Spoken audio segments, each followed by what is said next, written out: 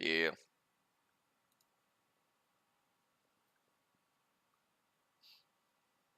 Yeah.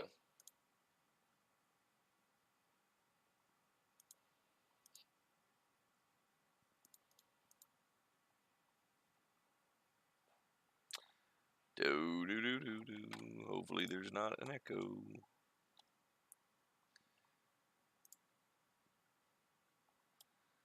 Going to my audio settings just to make sure. Disabled.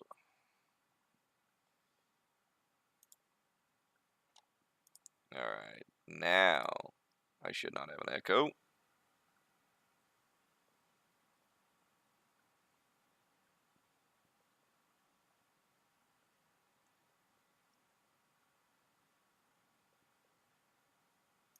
Fantastic, I don't.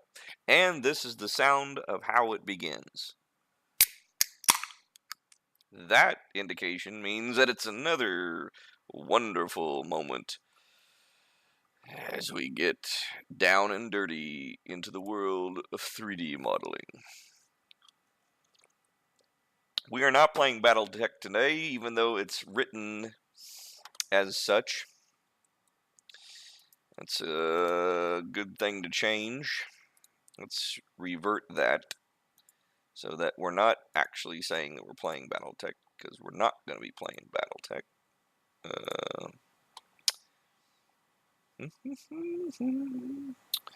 We're playing something totally different, something cool. We are at episode, I don't know, 13? Correcting mistakes. Making alterations for final printing prep. I like the sound of that way better. Let's update that information, and then it should hopefully update at some point. Whatever. The alterations that I'm referring to. So we printed out the wood bridge this weekend, and I mean we're really excited about this one because it looks pretty. It's pretty badass in the fact that it's unique in that it's elevated, gives it a little bit of height. If you're playing a game that has actual height rules to it, this will definitely work. It's got kind of a unique way where you could technically fit underneath, so you can have some kind of cover. I don't know. It's just a unique little model that I had fun modeling. We had a problem with it. I test printed this out over the weekend, and what I thought would have been simple on certain things tended to actually needed to be getting some modifications. One of which, the individual legs, they cannot be independent.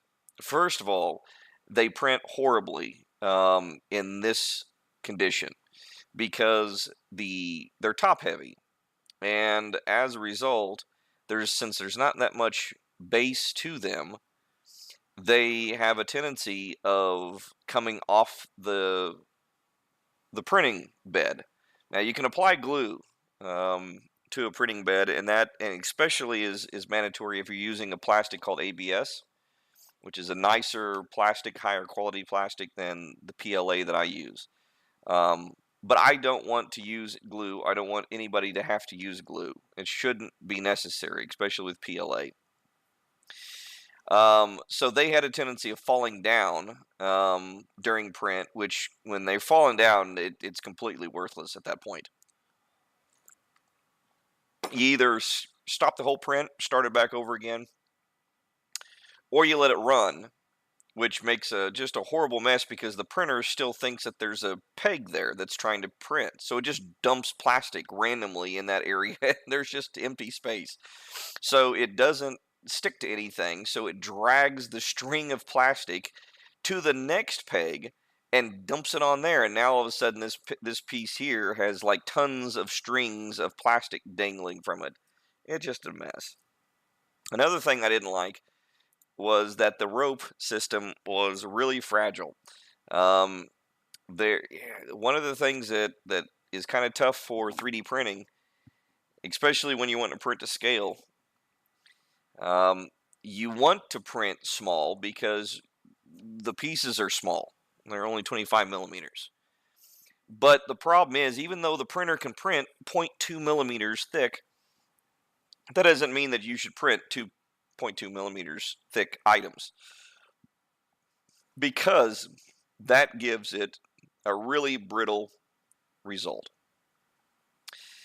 This piece turned out to be fantastic. It printed out really well. The indentions could be deeper to make them more prevalent, but you can definitely see them. And I think with a dry brush, they would come out just fine. So I'm not too worried about making adjustments there. However, I was noticing earlier when I was first making these these planks, I was fusing them to this piece below it so that it was all one piece instead of a whole bunch of planks. And then I stopped and realized, you idiot, why fuse it to a plank when it's going to sit on top of this piece here? Just put the planks onto the light blue one, and that's one less thing you have to print. Cuts down on huge amounts of print time, and it is the same thing. It doesn't matter if these planks are attached to this piece here that I've already fused to it. You can kind of see it, or it's fused to the one at the bottom. It's still going to be the same. So um, that's what I went ahead and I was working on getting that all set up here, over here actually, to where you can actually see what I'm talking about. It's the wood planks, and they've already been fused with just the male and female end piece underneath. Which brings me to another problem that I saw that I needed to fix. The male and female end part. That is always a neat idea that I always have, and I try it, and it seems like it always fails. Um, Getting this space to be big enough that this piece fits into it, but not too loosely and not too tightly, is a royal pain. And there's people that just scoff this off and say, oh, it's not that big a deal. Make it 0.2 millimeters or 0.3 millimeters bigger and you're fine. No, that's not actually true. There are so many different variables that cause the printer to not quite print exactly this height because of the thickness of the plastic. So what I decided to do instead, it was actually just a premonition. Instead of it being male female ends, I'm going to make it slotted. So in this case over here, what I'm doing is making a piece here and a piece here, and then the two pieces just slide between each other. But again, you got to get it so that, I mean, this tends to be, the slotting is easier to make than a hole, just because there's more give to it. And it's easier to put them together because all you got to do is slide them in. The other one, you had to finagle and put them in together. And another thing that really sucked was that when we had a hole, that female end right here, it was filled with plastic because it had to be supported because there was nothing. It's a 90-degree overhang, so support was actually put into there. Well, you can't get the thing out because the hole is so blasted small, because this whole plank, this whole part is small. You couldn't get your pliers in there to tear out the support easy enough. If you do it this way, then you can get the pliers in there really easily and you can peel it out pretty nicely. So the question is, how much gap do we put between these two right here? Because if it's too much, then by nature, the gravity will make it want to go like this.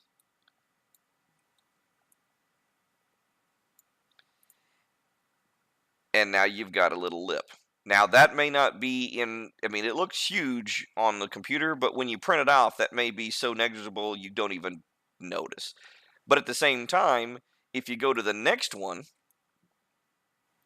and do the same thing, now all of a sudden, this second piece is this much lower than the first piece. See how much of a lip that is? So it'll continue to stare down, and we don't want that. We don't want them to stare down like that. We want them to be nice and rigid. So once I get these built real quick, and that's what's going to be the first half of the night, then we're going to go back over to the witch's house. and work on that. But we need to get this thing done because I want to get this thing test printed tonight, or at least at the earliest tomorrow, right when I get off of work. So that's what we're doing right now. So make sure that I didn't just, okay, I deleted the right one.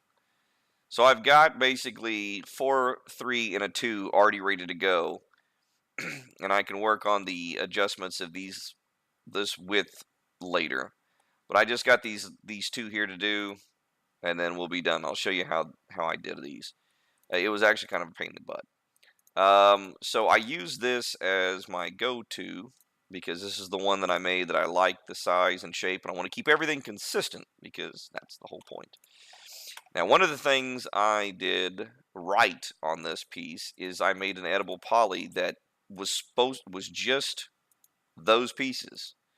And when you do that, that's nice because you just delete it and add editable poly, and this makes it so much easier.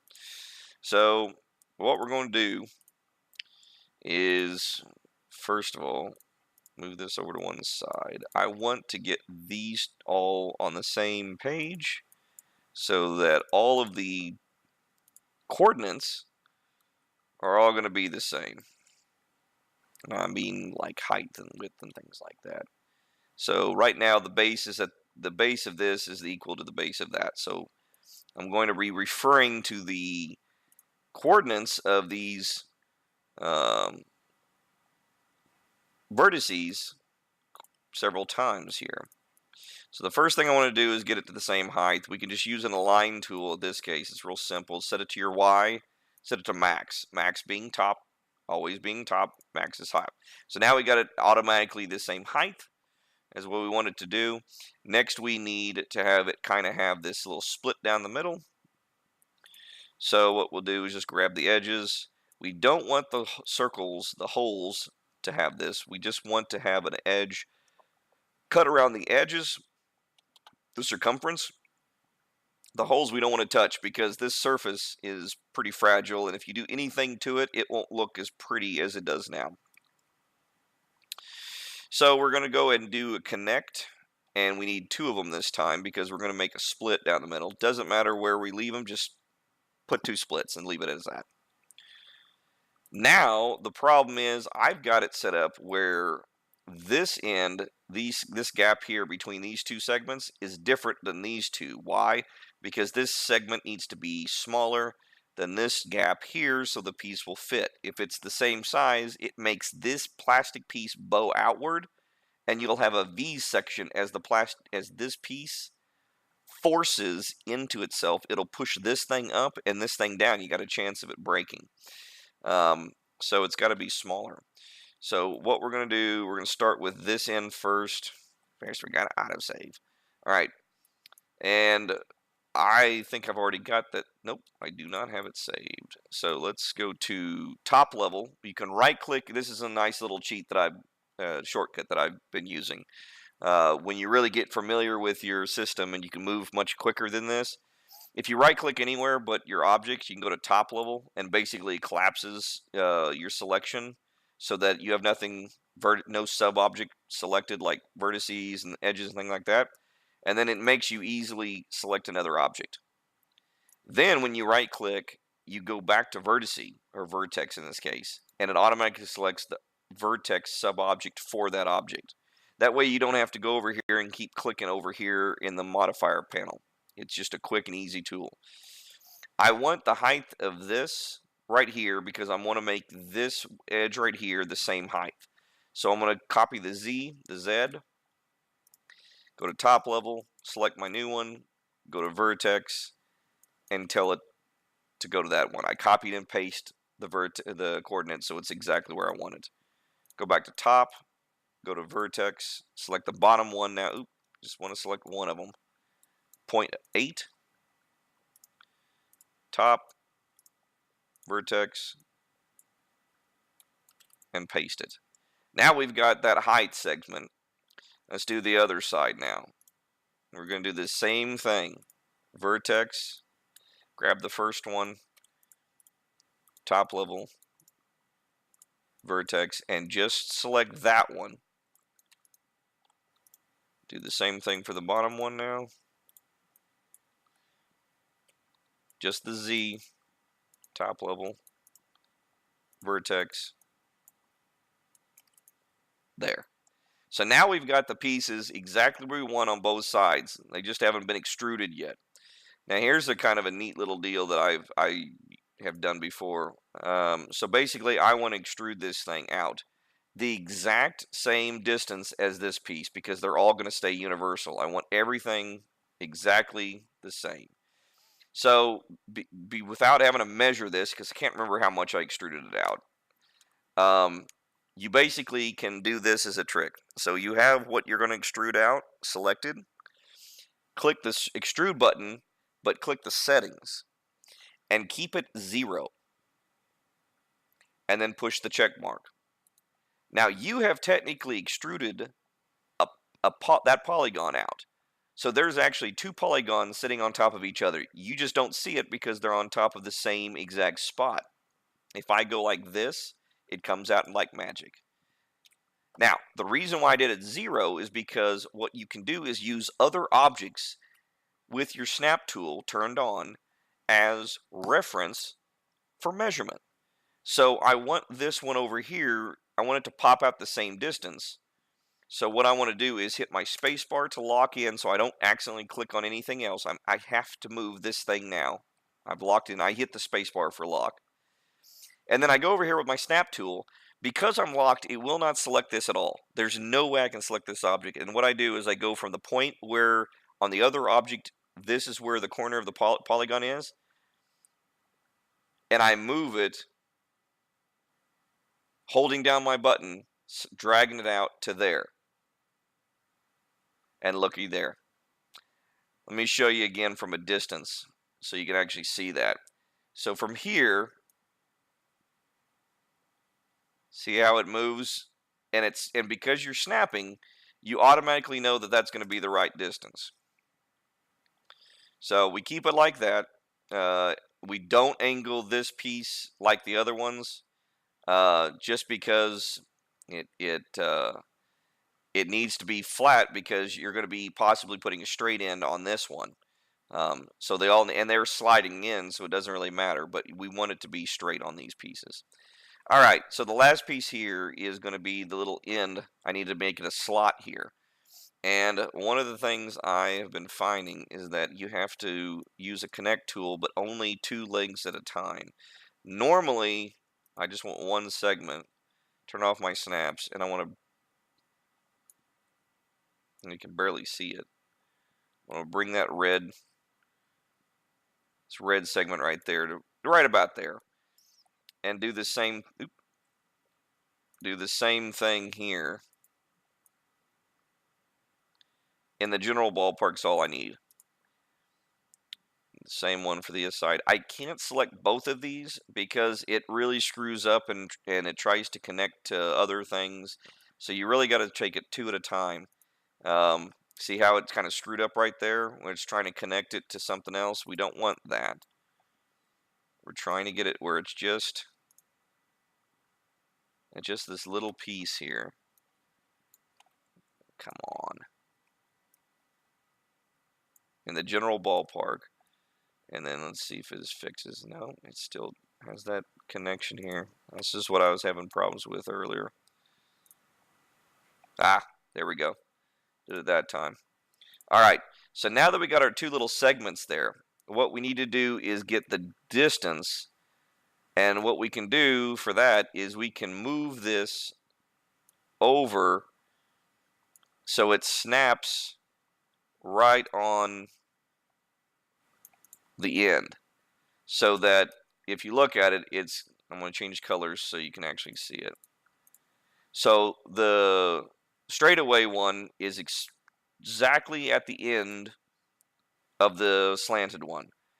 So we know that this is exactly where this line needs to be. There's no need for measurement and things like that. So let's select the slanted one, and well, I guess it really won't work with the slanted one because I was, in the past, in the other pieces, I would just slide this and it would snap to this, but you can see the distance between the 2. If I go and snap, if I go and snap to anything, it's going to start screwing up my distance, and that you can see that vertice moves quite a bit. So unfortunately, what we'll do is just go in here. We've got the blue one selected now, and we'll select that one vertice, and this is the distant directions I want. I want the Y. Deselect that. Move that out of the way. We now have the distance, the exact spot that all of these need to be. Every one of these needs to be in that spot. We basically take them, we copy, and we copied it from the other object. We paste the Y coordinate, and it will line it up. And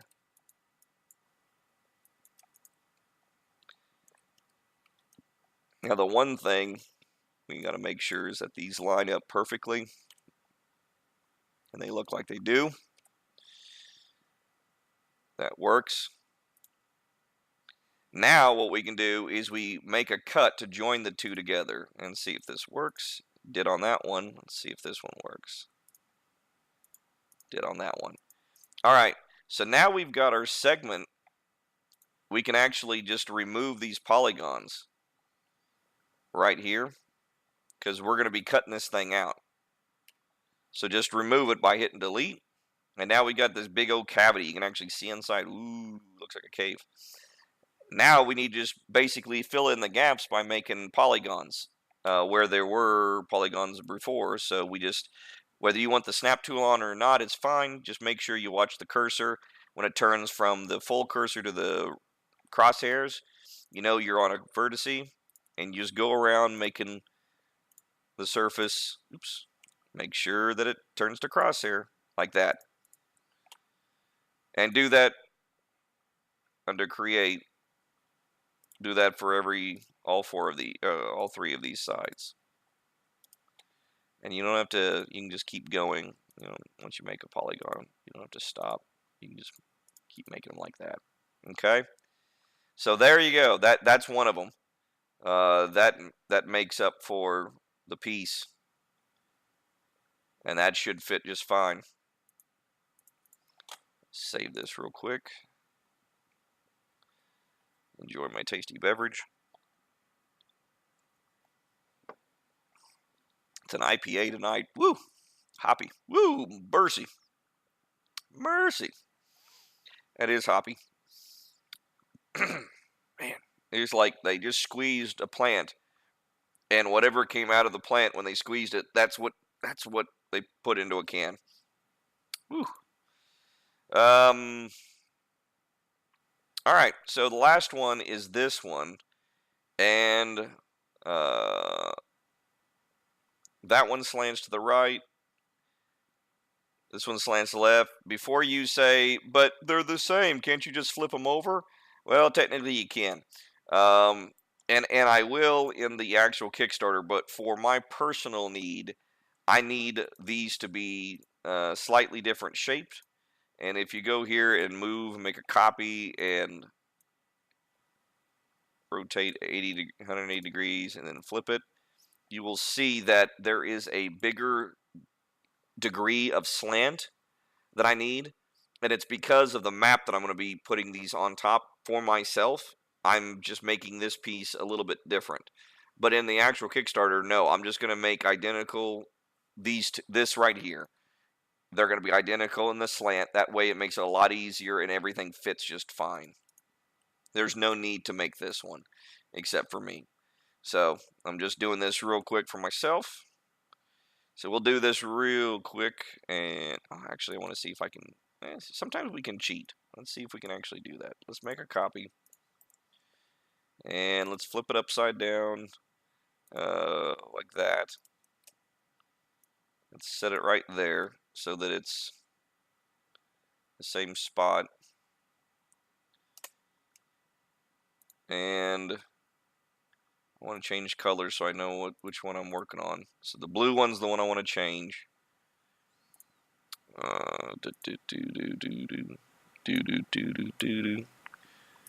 And then I want to make it an editable poly. Take that and make it so that it goes under Z, the alignment tool, so that they're the same height. It's one of the things I did, as you see just there. I increased the thickness of these pieces. They're going to be a little bit thicker than they were, and it's for the compensation of the slot that we're making here. It just needs to be overall bigger, and it's not going to be a big deal. Um, so what we're going to do here is we're going to try to move this one, the original one, and see if we can't get this so that it doesn't. It's going to probably tweak out, my guess. And by tweaking out, see how pristine this polygon is? If I go and move like one thing, well, if I turn off the restraint, watch this. See how you can see some black artifacts? Okay, I'm wanting to keep those away. And right now there's technically artifacts, but you just can't see them very well. So we're going to try and see if we can't very gently move this, and I'm concerned that it's not going to work, but we're going to try it. So we move it, move it right there, and then we move it, move it.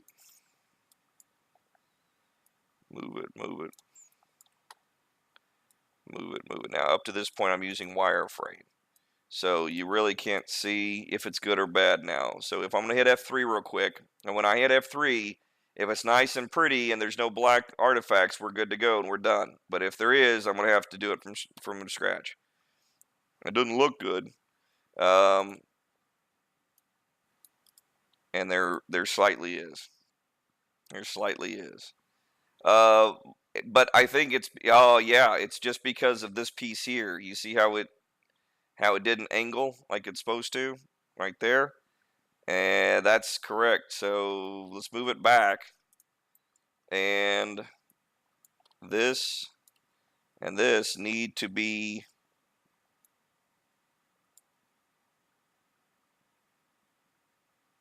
do I have it? Yeah, see how that's angled? That's the female end. That's the slot. That should be angled the same way. Let's see if we can't move this thing out of the way.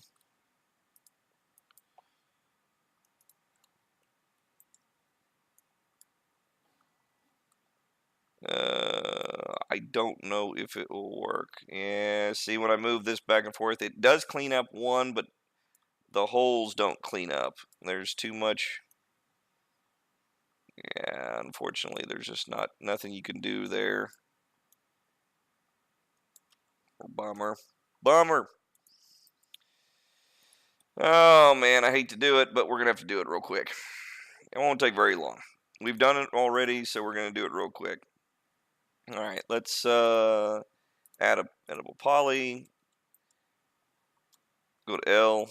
Make sure that we are on the same level. There. That's better. All right. Repetition is how we learn, as much as it's kind of annoying at times. Connect for twice. Go to vertice on this one, vertex. Select the bottom one, copy it, go to top level, select your new object, vertice, grab this, tell it where to go. Straight to hell! And then top level, vertice, copy it, top level, objects, vertex, paste. Do the same thing for the other one, top level, vertice. It's easier for me to say vertice than vertex. That's why I say it all the time. It's technically vertex is the single form of it. Vertex.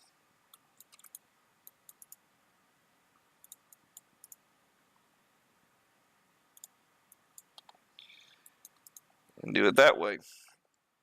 All right. Next, extrude this thing out by clicking extrude but not going any distance, just making it 0. Pushing spacebar to lock in, make sure your snap tool is turned on, and then just move it right the distance you want it from that section point, and it pops it right out. And again, it points it out in the direction you want it because it's all in the same direction, straight on and true. All right. While we're doing here, we might as well just take the snap off and connect our pieces. Do not want to make a new shape. I want to connect. Oh, did we? Yeah, we screwed up. I don't want two pieces. I want one. It remembers. Keep in mind, it remembers what you did last time, and I already put in two, so we need to make sure we got one, and that's it. So always be careful when you're doing settings because it can bite you in the butt when it remembers something you did earlier and you just forgot all about it.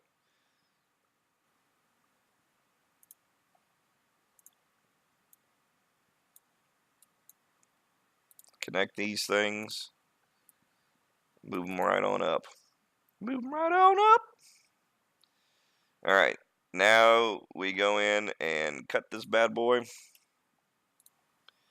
Right there. Right there. And now we bring in the Hoss. Snap it to a Slim Jim. Put it right in there so it's right on the money. We know that looking from the side view, that's where we need these two pieces to be, right there. So we go back to our piece here, our blue one, and take that back. Nope. Go to the original one that we've already fixed. Pick this, and we need the Y coordinates again because we're going this way. So copy that and go to top level. Actually, you don't need it at this point. Turn off your snaps and move it out of the way. And then on this one, right click your move transform tool, select a couple pieces, hit your paste on the Y. It is smart not to do all of them at once, because if you select a whole bunch of vertices, like all of these and all of these, and let's say that some of them are off, they're like, in other words, if you look on from that straightaway, some of them are off to one side and not quite perfectly lined up with the other one. When you type in a coordinate in here, what it will do is it will find the average distance between the two of them. And it's just not that good. So make sure you grab them in small increments like that. Okay. So we got our piece. We select our polys. Get those gone. Go to create. See how easy this is? It's a lot quicker the 14th time around for me. Go in here and click on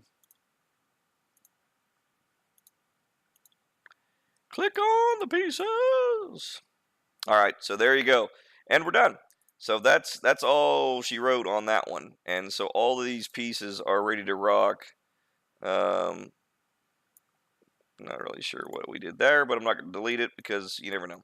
But these are the pieces that I need right here, and I need these. Ooh. And I need, no, I need these. These are my planks. I've gone in there and with just the planks, oh, I take that back. Dang it. I'm gonna have to split those things again. No. Yeah, I am. I'm gonna have to split the daggum pieces again. I put a split down the middle, as you can see. And it's so that when you put a miniature on one, you know that there's two spaces on the bridge. And it's pretty easy because the pegs that hold up the bridge are a general indication of where one piece can fit, then another piece can kind of fit there, and then another piece can fit there, and then another piece can fit there. unfortunately, I already fused. You can see I fused the planks to this one to a bottom piece. That's not what I want. I fused to the male-female end. That's not what I want. So unfortunately, it's these, which I can't believe I have not made. What about over here? Did I fuse them already? Yeah, I did. Yeah, I did. I already fused them all there. Alright, so if that's the case, then I gotta split these real quick. It's not the most fun thing to do, but it's important. So what we'll do on this one, first of all, I add another edit poly, and I select polygon so I can get all of them selected, and then I use this thing called slice plane. It forces, it's when I want to do a complex cut through an entire object. I could have theoretically done it on those other pieces when we were making slices and all that, but this is usually when I want to cut through like all this.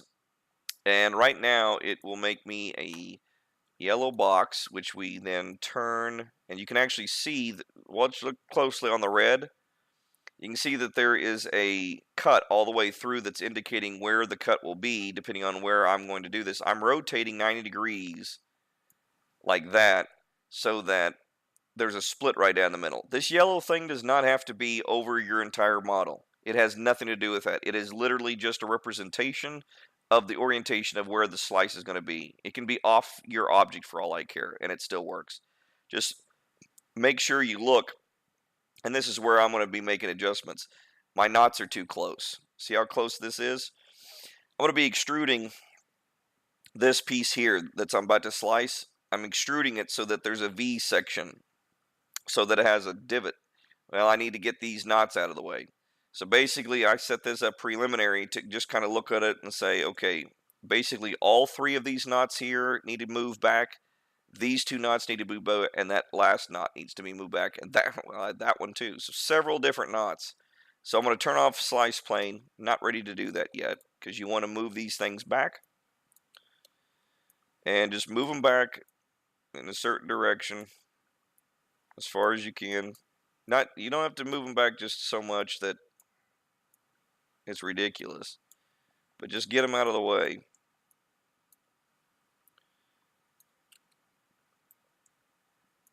Even this one needs to move a little bit. It's not hurting nothing.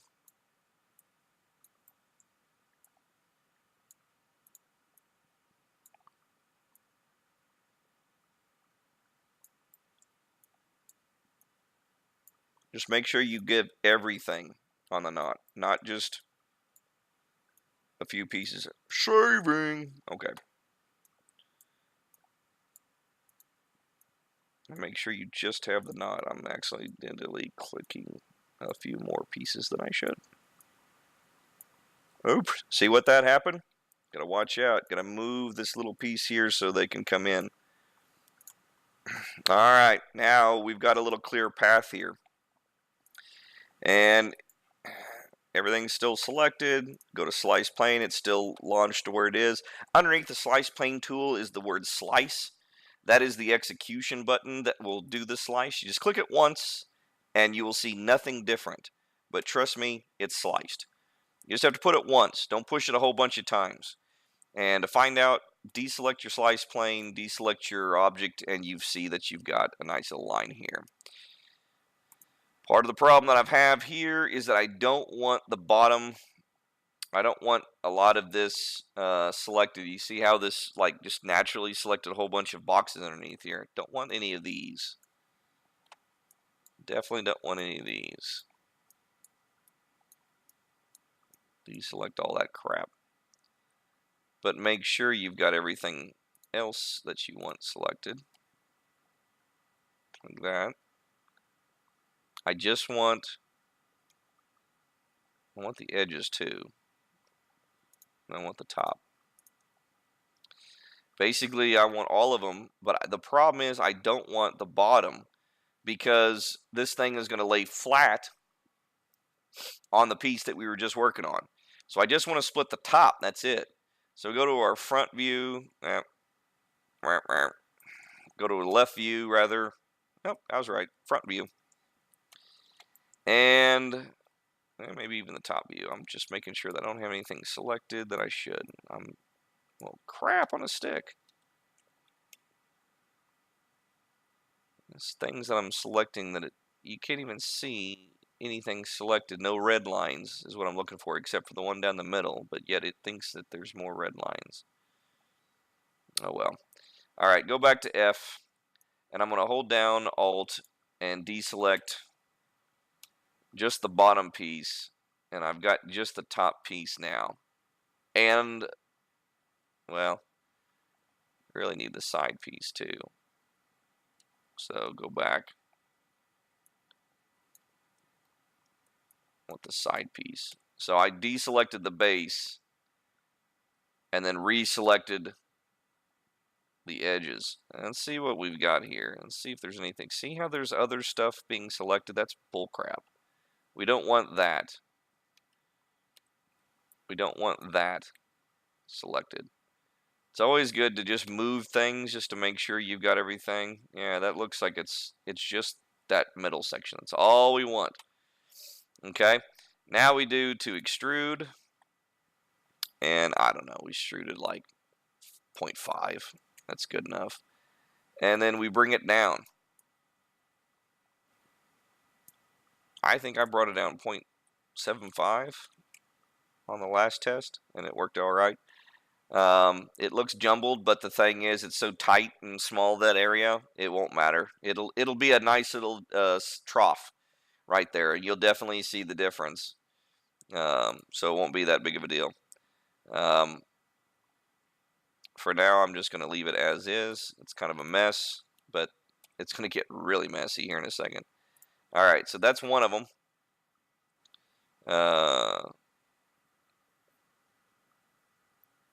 We just did that one.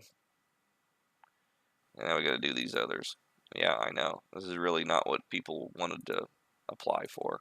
They're like, I hope he's working on the witch house tonight. And then they log in and it's like, you got to be kidding me. Didn't you finish this one like a week ago or 2 weeks ago? Let's move on. Let's get to something cool. And I'm just apologizing because there's nothing I can do about it. This is important. We don't necessarily get lucky every time we print to get brand, good clean prints.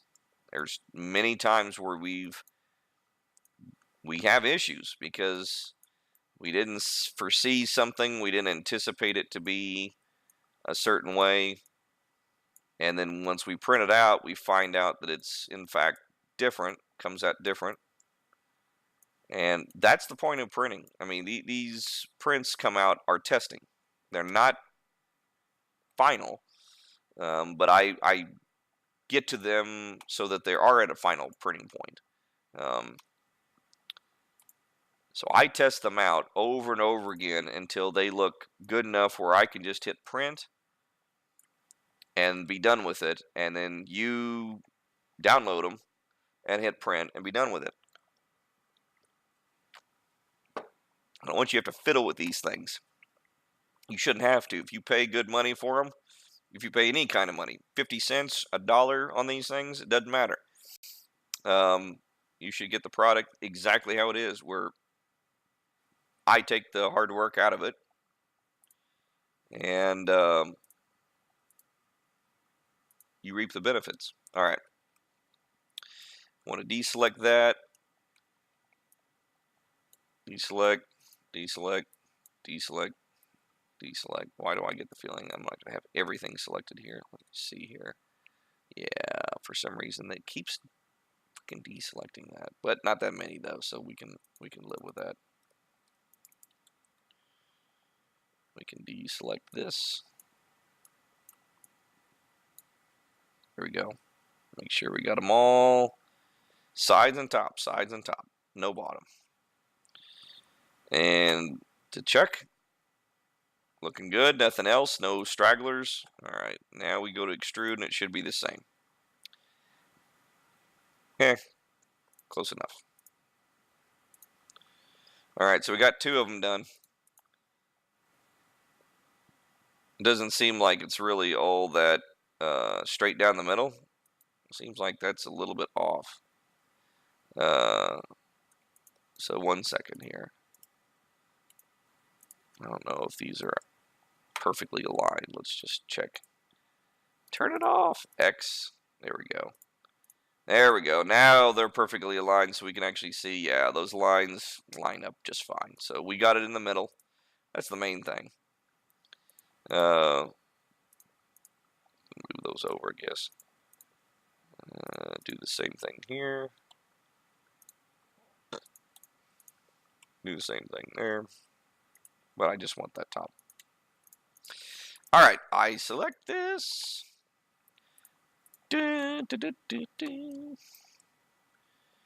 And move a little over there. Move a little bit over there. Move a little bit. If I can select them all. This one goes a little bit that way. This one goes a lot that way. This one goes a lot that way. This one goes a lot that way. There. Polygon. Select. Slice. Rotate 90 degrees. Slice. Deselect your slice plane. Deselect your body. Go to edit.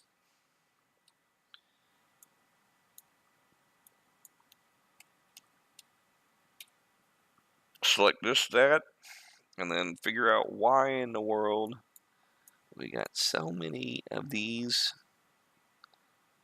pieces here. Oh, that's weird. We still have oh, there he goes. There he goes. He snuck out from me.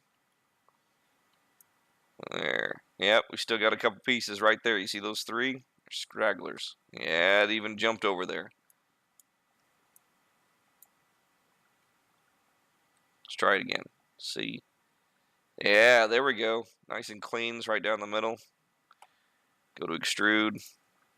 Automatically set up to the same distance as the other ones. We're done. Alright, save real quick. Take a beverage.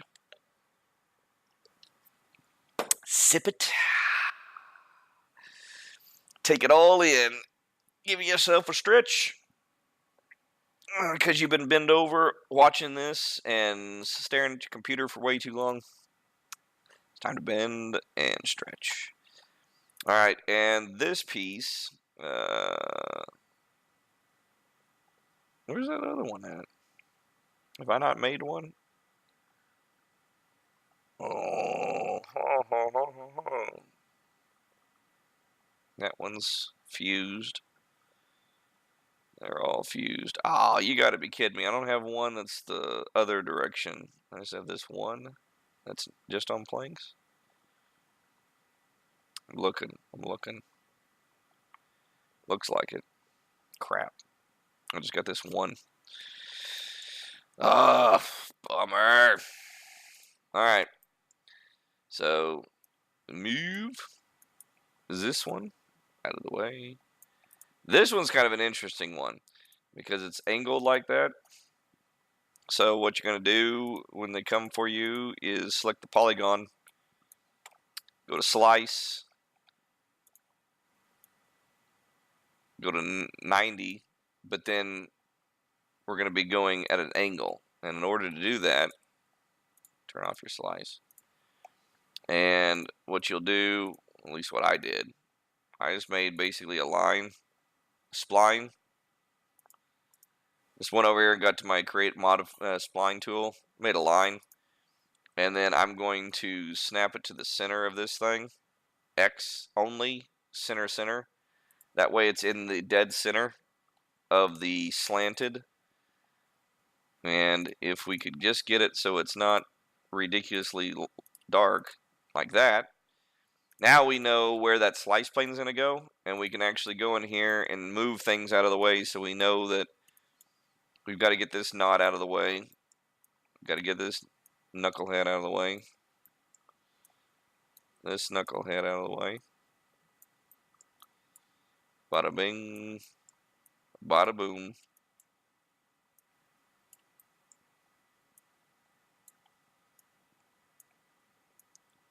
Whoop. Something like that. Bang. All right. Oops, went too far. Zoom back in on that.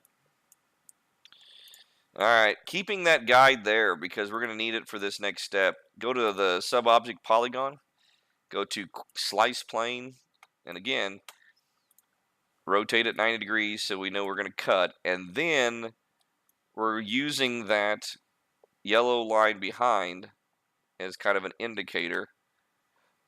We may have to turn off our snap rotate tool so that we can get it right on the money. And we're getting it in the ballpark. We don't need to do it exact. I mean, just, you know, that's close enough.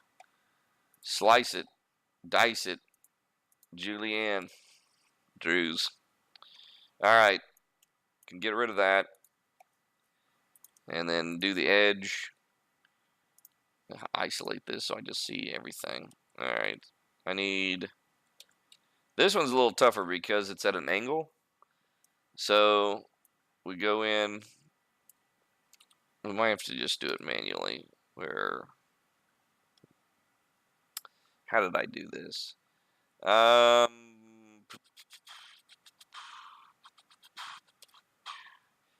think this is what I did. Yeah, I think this is what I did. All right. So I deselected all that, and I just went in there, a little bitty narrow thing. I just made sure that I was just seeing that, dragged it in there. And now I got just those pieces there. And then I move it up. Looking good, looking fine. Extrude. Done. Done. End. All right. Now I want to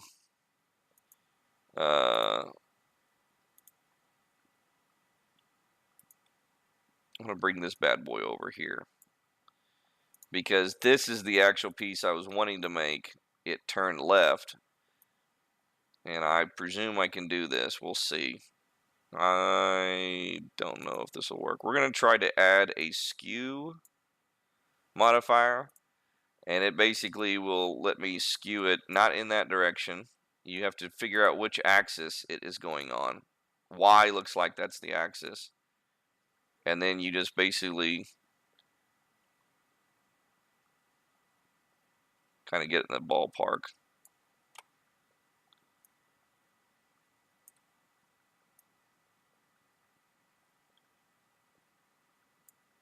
Now, that looks awful because it is, but that just saved me a ton of time from having to redo that one. And nice thing is, I don't need that. Nice thing is this one is just for me, so I don't have to worry about it getting all pretty like because the boards are not angled, which kind of sucks. I don't want angled boards. I want them nice and cut. Did I just make... I just freaking did. See what I did? I didn't make a copy of the dadgum thing. Oh my god, I need to write one. That's ridiculous. Why did I do that? That's... Phew. Remember to make a dadgum copy. Always make a copy. Copy. Why did I not do that? I don't know. That would have been disastrous because I didn't want to do that again. All right, let's do this again. Skew the Y, and it's like 70 something. We're just gonna move our mouse and get it within the ballpark. Close enough. 75 looks good to me. All right, so that's done. All right, so now I've got all of these pieces. We're going to start with this one, and we're going to go with this. So this is the plank. This is the plank that we just did. This is the piece, the new piece that's sliding. We're going to make a copy of these over here.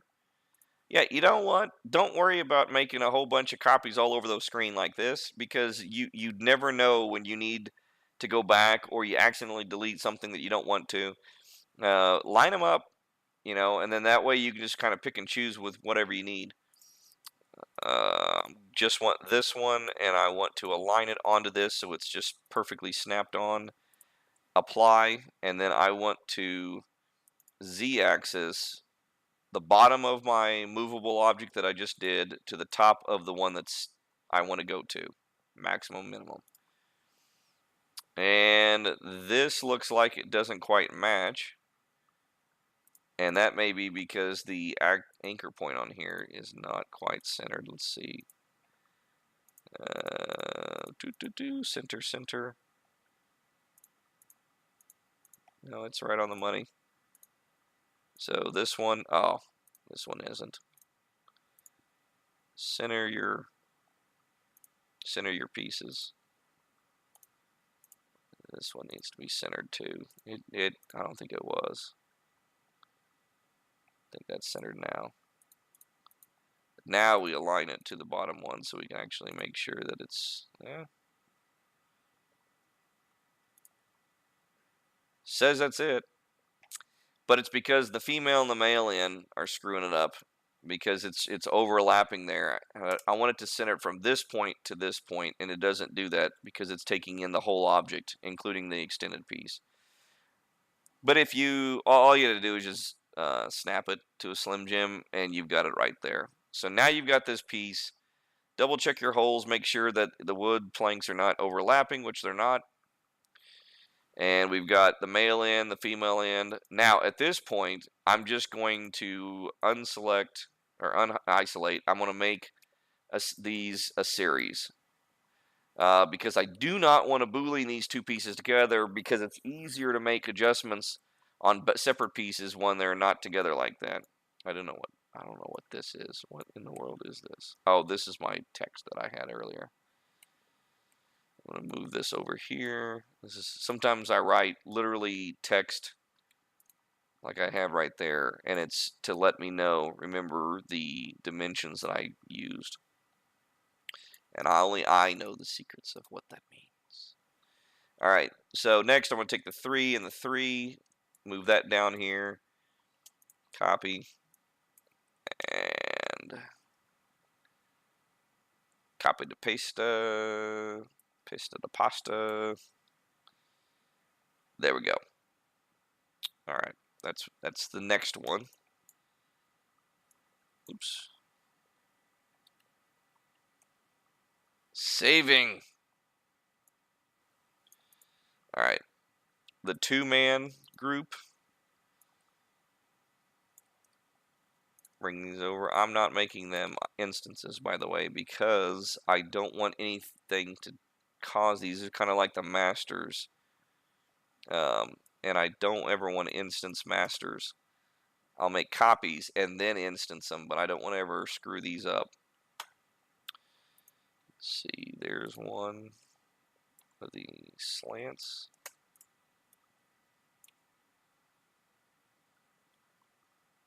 Oh, that's not what I want to. I did the wrong one.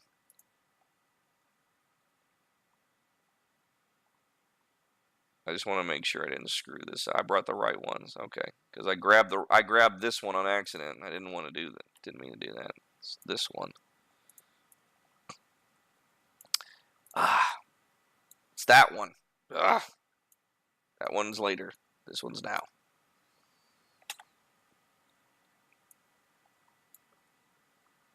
There we go.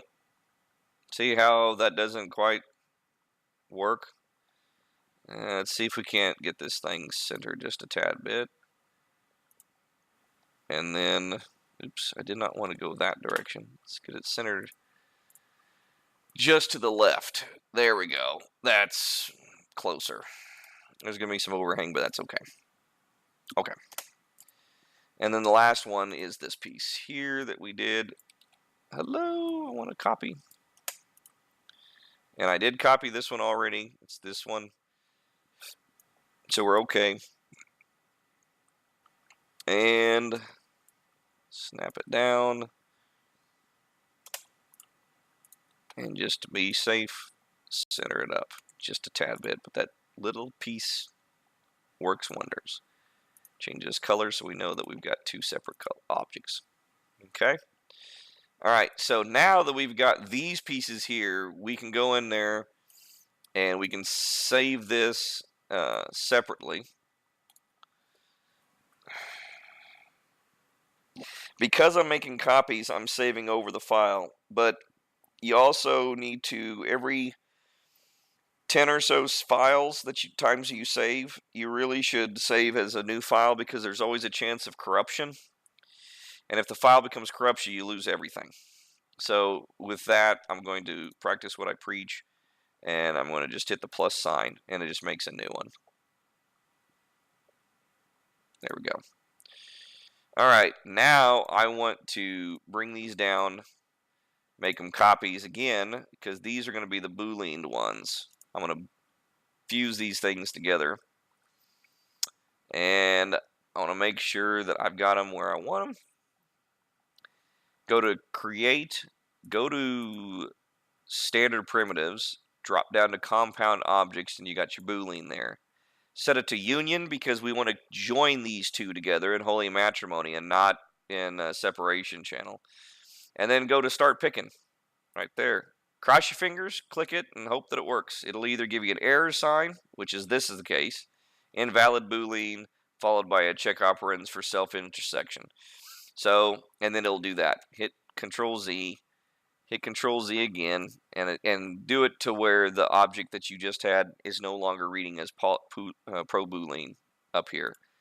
And the trick is, if I'm not mistaken, to do the other one. Select the other object, go down to pro boolean, start picking, and then click that and see if it works. Sometimes one going into the other works better. It just depends. That one crashed. Fantastic.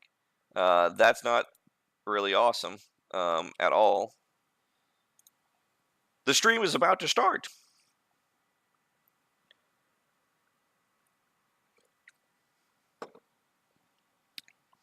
Sometimes pro boolean does that. You bet your bottom dollar you better save before you do pro boolean. There are so many things that can go wrong with that thing. It is not consistent. It's been an improvement over the original boolean that was there for years. That original boolean that Max had was just an utter joke. It would not work well. With pro boolean, it has a little bit smarter understanding of what the operation is, but it still has plenty of problems with it. It's plenty of bugs. It's never going to get fixed. Why? Because Autodesk really doesn't have any desire to correct stuff like that. They gave us pro boolean and said, "What do you expect from us now?" All right, let's make copies. We're going to try it differently this time. Sometimes putting things up against each other is not good. Pro boolean doesn't like to fuse right up against each other. It sometimes helps just to drop it down a little bit. And then by I mean little bit, I mean like that much. That's it. Just something so they're intersecting. And then go back to your compound, go to pro boolean, go to union, don't let it subtract, and then start picking. Pick the blue one, see if it doesn't. It may, yeah, it gives us an invalid boolean, and then it disappears the object. We'll try the other one and see if it crashes as well.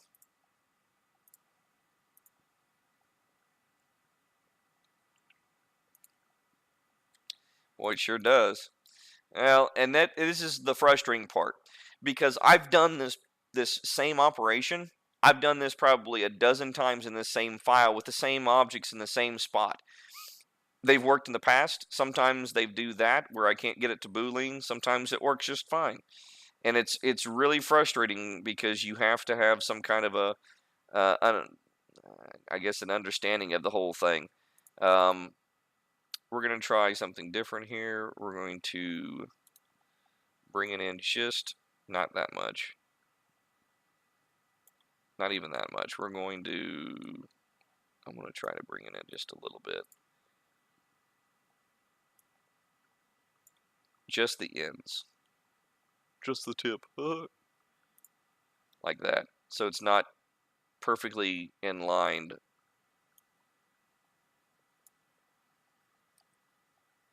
Make sure I'm not having anything but the edge. Yeah. I'm going to try this. Oops. Bring it in to just one click.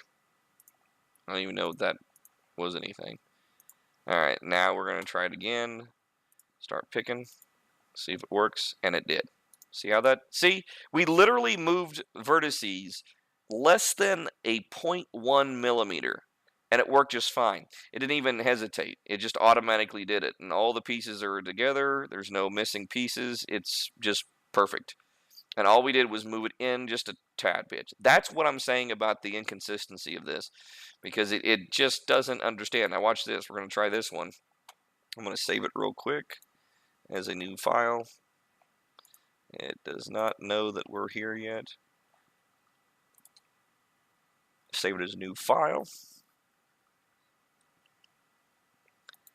And we're going to try to Pro Boolean this.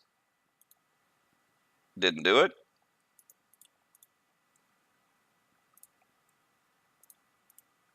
Invalid? Yeah.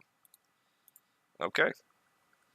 Alright, so that's what we're going to do then. I'm going to do the same thing to all of these. Just move it in an inch. Do the same thing to this one. Move it in, not even an inch. And then close it down and move the whole thing down one.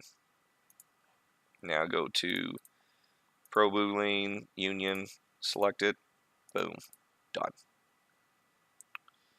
It's total crap, if you ask me, but that's how it works. Sometimes it has, I mean, it definitely, this program has more than a life of its own. It has character, and it has personality, and a lot of times that personality is a total you-know-what, and you've got to really kind of work it. But if you figure out how to work it and learn how it operates, then you can get around that silliness. And ooh, this is gonna be challenging. Let's see. First of all, that thing's not even lined up right. And you see that? It's not even lined up right. Should have been back to where it was. Got to move when I use the align tool. Does this thing fit? It does. So let's just move it down and see what happens. Union, start picking, and see what happened. Oh, see? I didn't even have to shrink that in that time. It just worked. It just hacks me off when it does that. But, you know, whatever. It worked. All right. 5 for 5. Let's see what this does. I'm gonna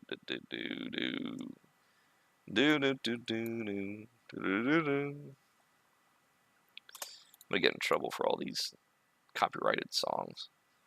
I can't even sing like half of them. All right, let's boolean this thing. Let's see what happens. It's probably not gonna work. Yeah, I didn't push it down. Make it go down. Now Pro Boolean. Ah, it didn't work.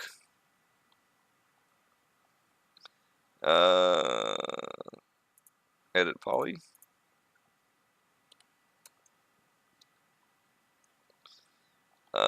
Let's select this version and go down the list here. So we just select just this edge here, and we're going to move them so that they're not overlapping anymore. Which actually, they look like most of them aren't overlapping anyway, but we're going to make sure none of them are overlapping.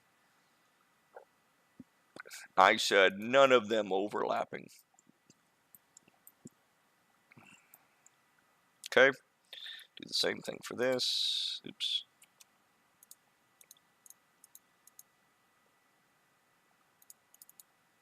I use that wonky way of selecting in this one because it's at an angle, So it's quicker to select them all that way at an angle and just kind of lasso them around. And then we want to make sure we turn it back to square because I prefer using the square to select things. All right, let's see if this did anything. Hold on. Aha! See? Blasted program. All right. So at last, it's 7:05. We are in the halfway point. And we got them done. All right. So that's fantastic. I'm super excited. We make copies. And we bring them over here.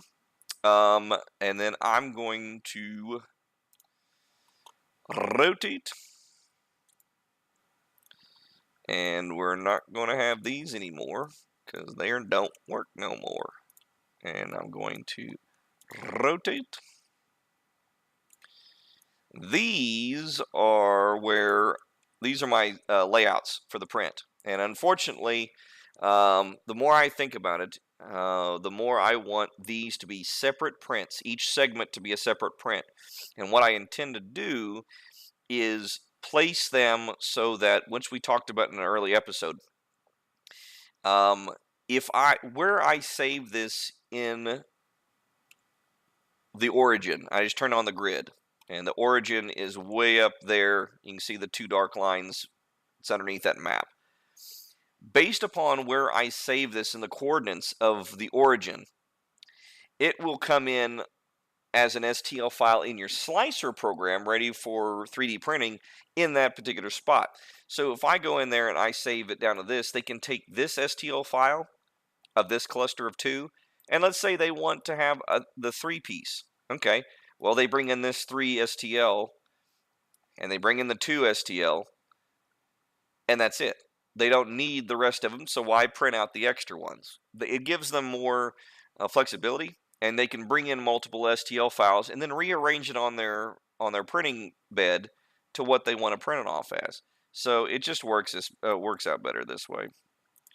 All right, so this one is going to, well, they both look like they're going to split the wrong way. Why are they? Yeah, this one's right. Yeah, this one's right. Why am I talking myself out of things? All right, put that there. And then this guy,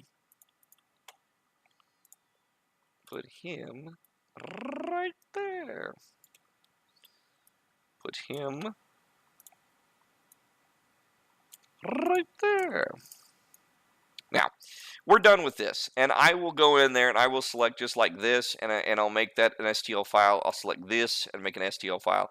I've already got these things positioned so they fit perfectly and ideally in a slicer program so that you can move them around and fit everything together. I want to show one thing before we move on to the witch's house. Something I didn't bring up earlier. First thing, I made the ropes wider. I made them thicker. That's one of the things I was talking about. The rings themselves were fine. They didn't have an issue. It was these that were too flimsy, so I just made them thicker. Yeah, they're a little bit thicker than the actual rings, but that's good enough. Without having to redo those from scratch, they should be fine. The holes have to stay the same, but maybe the outer part of the ring could be a little bit bigger. But that's minor. This is the big problem. This is the big thing that we did. All right, so I was telling you about how all the pieces were just not being knocked over when you're printing, and that's just the case because these bases are just not strong enough, and it's top heavy. Well, I thought about making the bases bigger. Well, that's nice, but again, if one of them just gets bumped on the print, it gets knocked over and you're done. So it needs to be more stable. And since these are segmented bridges, like all these bridges are segments, then this piece is all one entity. And it doesn't matter how the other ones are. So I went in and I fused the bases together like this. So it is look more like a lattice type of a lattice or a ladder, whichever you want to look at it. And this is so stable. It's really kind of a surprise for me, but this is so stable because of this simple procedure of adding this piece. These do not require supports. And it should be, because these pieces here are above a 45-degree angle. And it shouldn't need supports at all. So, and even these pieces are above a 45-degree angle. These are going to be just where the ropes sit. And of course, this is where the platform sits. I've already checked in the test. These holes fit down perfectly onto there, and I mean perfect. They slide right down, and then the ropes slide right on top of it. It looks cool. I'm really happy with how it turned out. But yeah, these do not need supports, which is awesome. The only thing that needs supports are the ropes, and that's unavoidable unless I would make these flat. I like them with a little bit of, now they're upside down right now, so they will look like this. I like them to have some droopiness to them, because it's kind of they're old, and it's kind of out in the forest and the swampy area maybe, and it's rope, so it'll be drooping like that. But you can make them straight across, and you can make them flat on the ground, and then there would be no supports. This whole thing, if you go in and want these to be flattened, maybe I'll give them an option to make them flattened ropes. This will have 0 supports, which is fantastic. Less material, quicker rendering, printing times, cleaner model.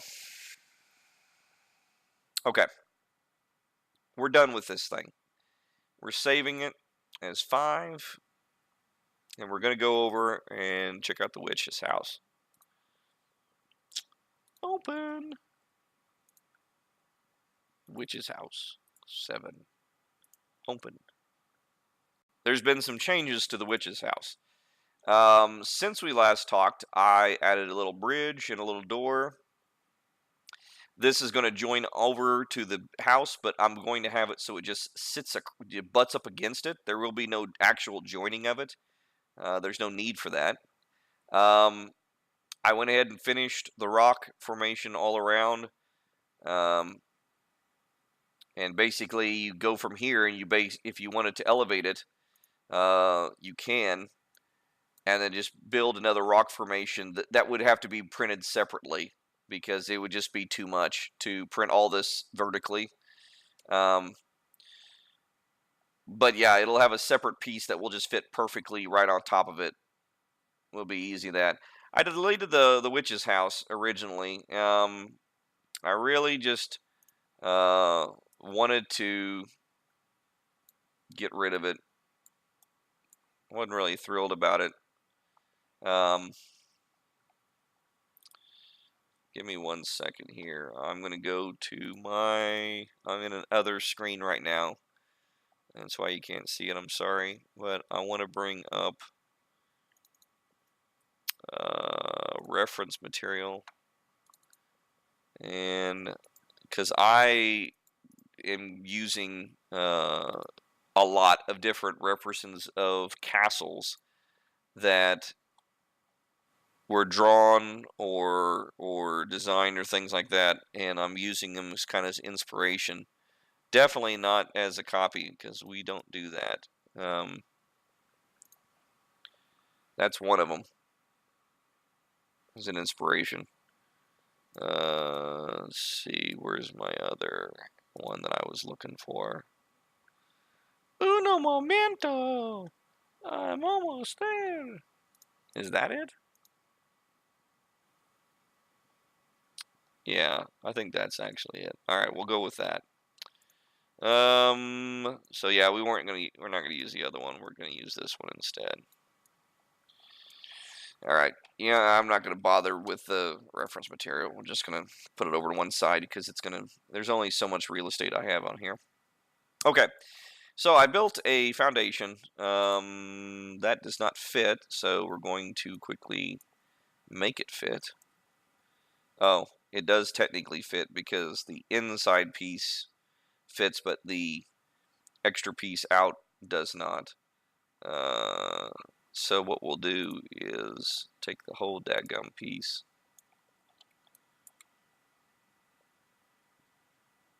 and we're going to move it. Oop, not the base. I said not the base. I just want this, and these, and that, and that, and that, and that, and that, and that. I want to snap it to the edge right there.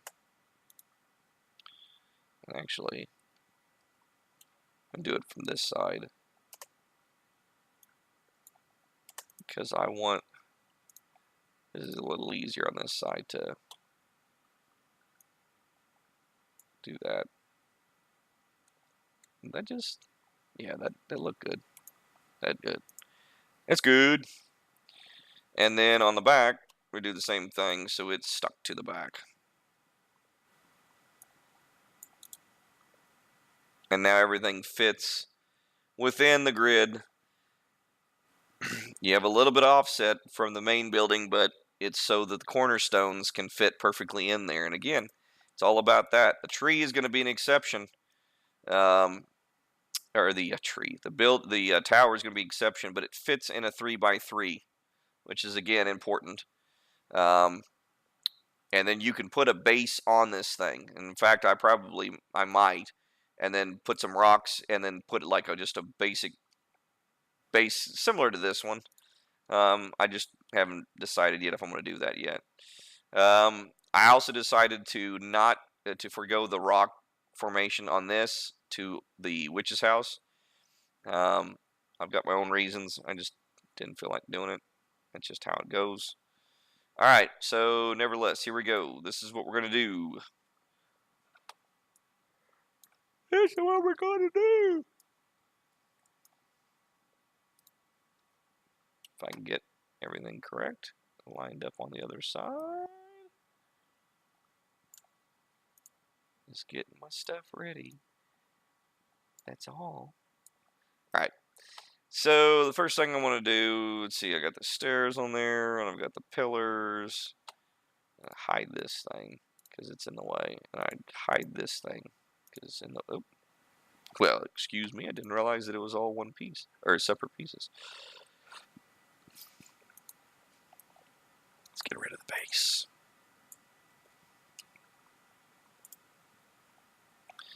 Let's group it first. Grid. Hide. Bye-bye. Bye-bye. All right. We're going to make some supports. Remove. Get back to standard. Go to box. We're going to make ourselves a box. That's going to be a box. And then we're going to snap it to this one. Center it up.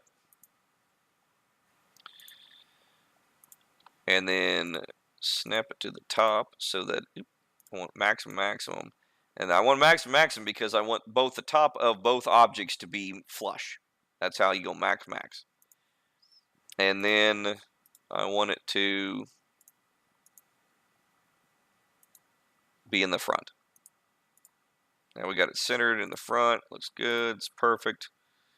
It's bold. It's beautiful. I don't want width. I don't want height. Of course it does that. And that's what I kind of wanted. So let's do it the other way. Add an edible poly, get the vertices, select them all. I want them both universally coming in to be about the same width as the pillar behind it, but not quite the same. Bring it in a little bit like that. And then I want to make this tapered. So we're going to connect it just once. I think is good enough. Go back to vertice. Bring this in. Like that. That's too far out. Bring it in. Bring that in. I want to this not to be flat as a pancake when it comes in. I want this nice and tapered. So we're going to have to add a couple of connections. Just add, 2 or 3 or whatever. 4, 5, 6, whatever. And we're going to move the vertices in such a way that it's going to curve. And we're bringing it inward.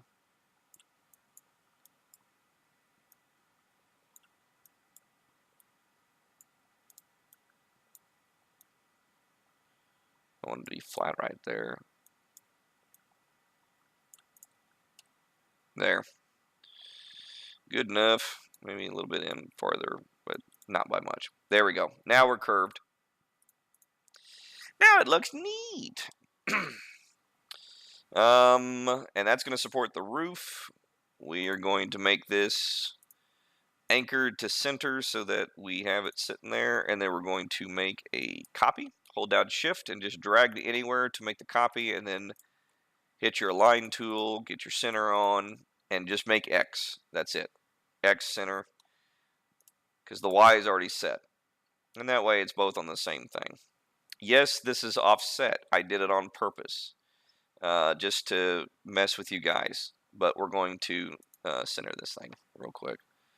The reason why it's offset, it doesn't look, it's not actually offset, but it's because of the pillar.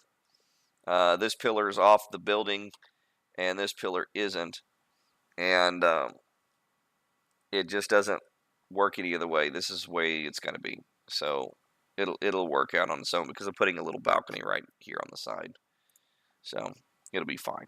Relax, go through it when you want to go to it. All right, I'm gonna make a copy, and I'm gonna bring this bad boy over, not to that one, but to, well, that one. I've already made these cuts here because it was going to be for the both for the door, but mainly I wanted it for this these two, cried out loud, these two pieces, these two segments. I just jutted them out and then tapered them down. This is not the width I want, so I'm going to put an edit poly.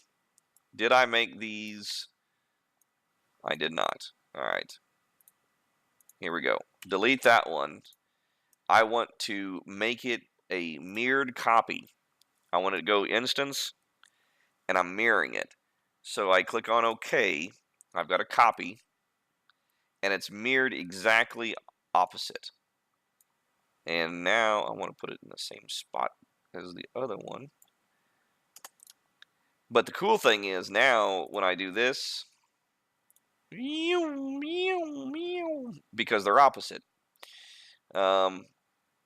and that makes it cool. And it's cool because it's hot, and it's hot because it's cool.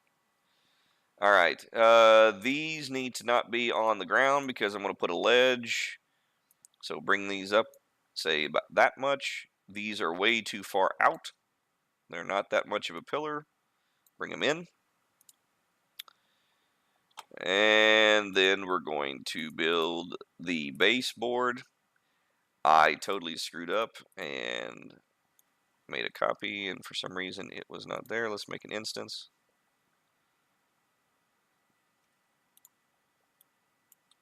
No harm done. All right. And now I want to make a box, and it's going to be going from this point.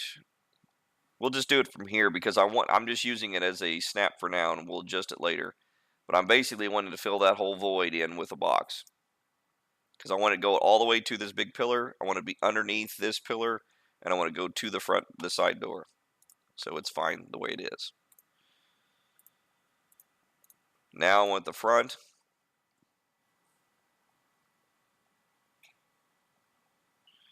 And I am going to bring it in pretty much to where the smaller one is, right there. We'll separate these things out later so that they actually look like two separate pieces. Once again, I'm going to make a mirror. It's instanced, and bring it out like that and like that. But now, because it's shorter, I'm going to have to actually turn the instance off to make it unique.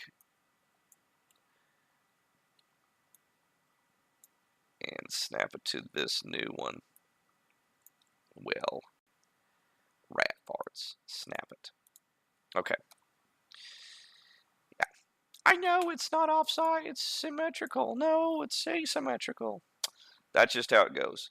I mean, I guess I could bring this thing out to there.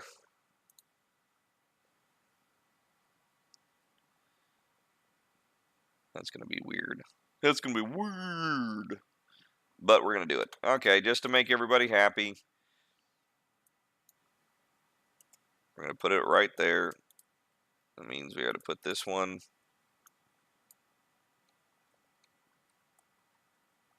weird right up. Well, oh, turn snap on. That helps. There we go. All right, everybody happy? It's symmetrical now. Thank you very much, John. Thank you very much. All right, now that we got that taken care of, and we've got our two pillars, although these pillars look really, really big, but we'll deal with them for now. We may have to shrink them down later, but they're okay for now. One thing we're going to do is this thing is going to have to come outwards, as in this piece here, because it's going to be, how am I going to do this?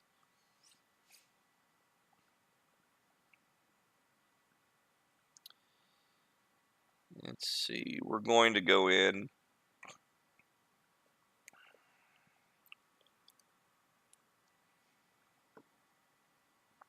I guess we can build the eave real quick, because I think that'll kind of dictate things.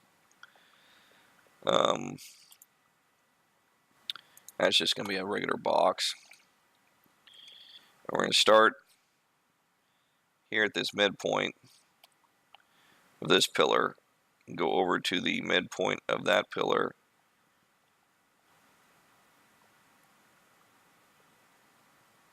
and bring it up to the top, like that.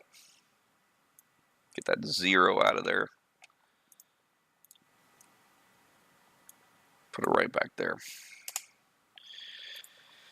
Okay, I want this thing to overlap the whole freaking staircase. So we're going to align the tool, go to your Y, go to your max, to minimum, and that way it's overlapping that.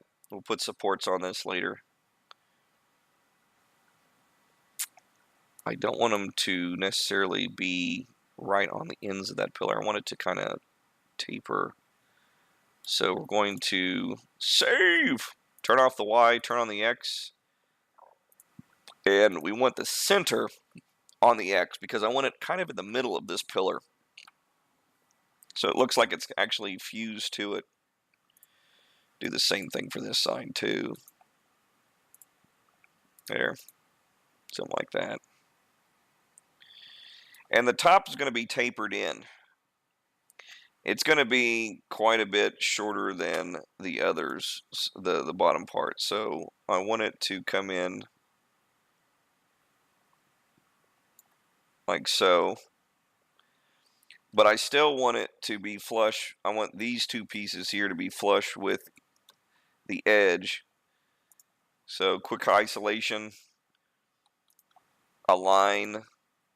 You want the y-axis and then the maximum, because you're wanting it that side of the y-axis, and it will automatically make it flush like that. Save it real quick as Witches 8. Kind of has like a sort of witchery type of top to it. It seems like witches' houses always have that trapezoid look to it on everything. Alright. Now before we go any farther, I want to make sure that this is got some edges to it. Several.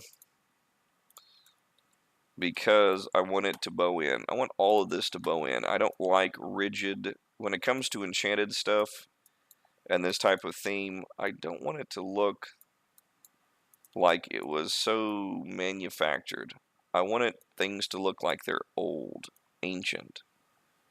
They've been around for a while, and they're worn down.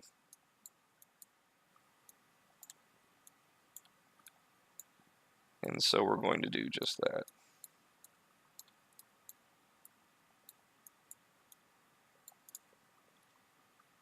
Like that. Want to bow in a little bit. All right.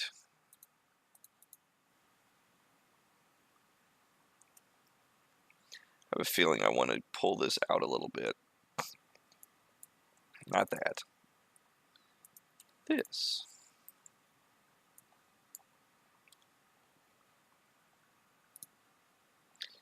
But not that much. Just 2 is good enough. And then grab my edges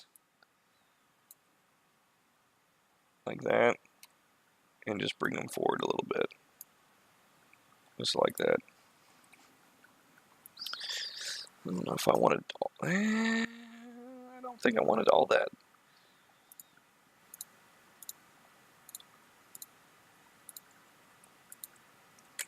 Go for the side view. And go like this. Oops. Dang it. Missed one. I hate missing one.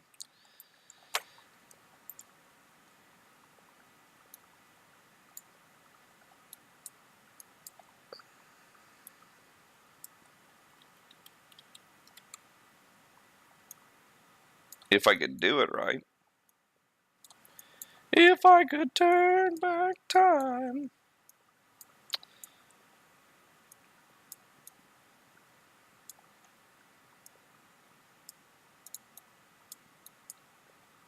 I'll go to vertices this time. I just want it a little more curved in the front as well. That just doesn't look good right there. I think I missed a mark. Yeah, something was wrong right there. I can see those lines. Yeah, that's what I thought. I accidentally grabbed this one. Dang it. Oh well. No harm lost. We just go to the other side, copy the Y, paste it to the Y, and then they're in the exact same spot. That's why you always got to make sure that you're selecting the right pieces. All right, we'll leave that solid underneath. It doesn't need to be hollow. It's okay. And we're going to put something on top of it, so it's all right where it is. Now we're going to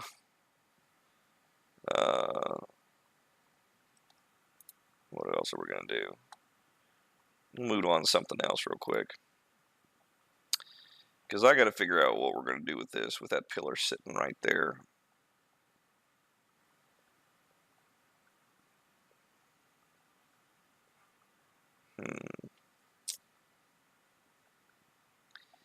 Well, I definitely want a smaller pillar,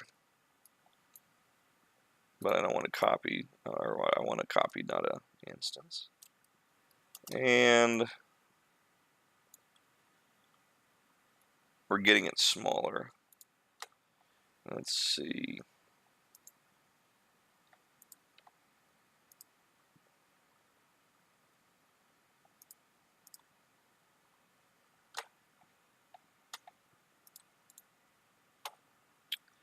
I definitely want it smaller than that.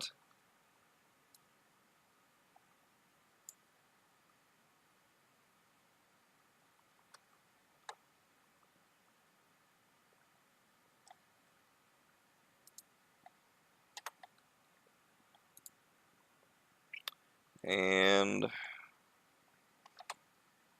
get this real quick. Want it narrower too. Bring it in a little bit. Bring this back. Something like that.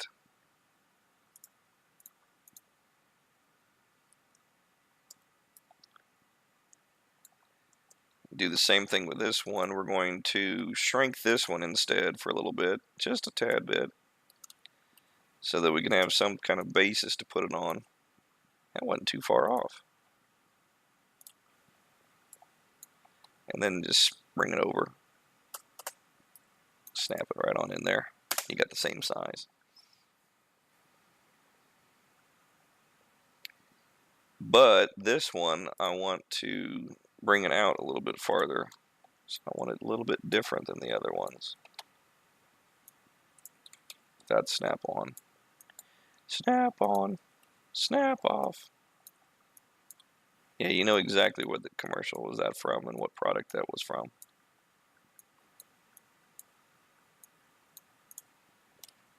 Yeah, that's not going to print out very well, but that's just how it's going to be.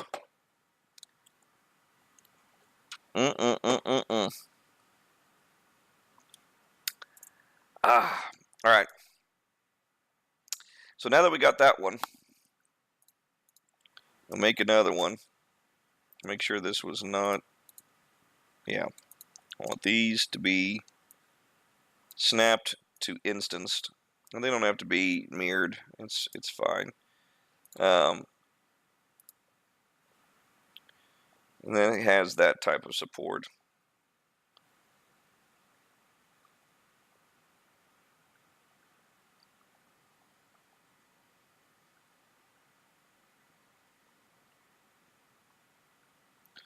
Alright, now I want to have this arched window. And really when we make arches, we just got to use splines and rectangles. You go over there and make, oops. First of all, make your interpolation. Yeah, once you make this spline, be sure to go to your modifier tool, go to interpolation, and make it like 60. You want that thing nice and smooth. Then go back to your rectangle. Drag it across so that it snaps to both of them so you get the right width exactly. And then just make some kind of a height adjustment. Something like that. Snap to that midpoint of that circle so that you're still nice and even. And then edit spline is just like your edit poly. Edit and you can connect the two together. And then we don't want the bottom half of that circle. We don't want the split down the middle. We want that type of a shape because that's the kind of window we're wanting. But we need to fuse the vertices together. These two pieces here that we put together, they didn't snap. They're separate from this rectangle, separate from the upper hemisphere. So just go over there, click weld, and you're done. That's it. It's exactly where it should be. Let's bring this spline up to the front.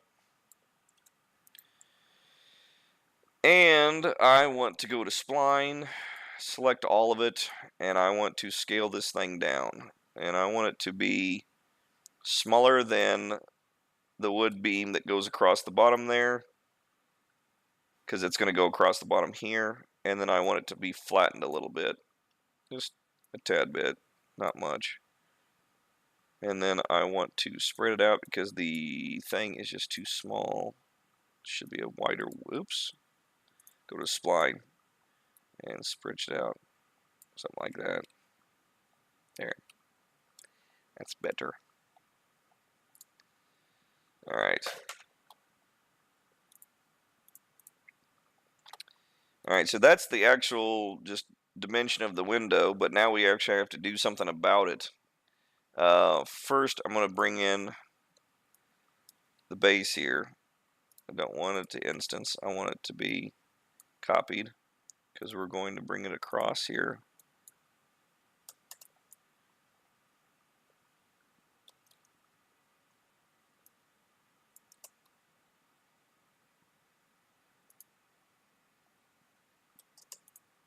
Something like that.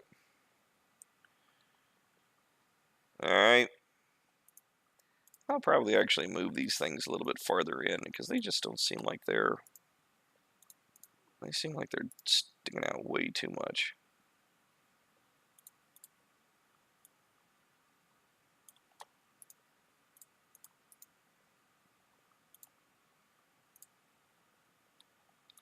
I'm going to line it to that one so that it's in the center. There we go. Yeah, there's an offer for junk mail. Don't you believe it. Let's see. Top level.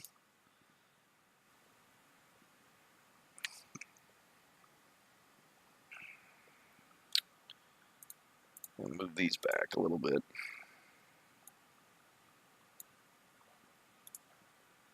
They don't have to be quite so prevalent.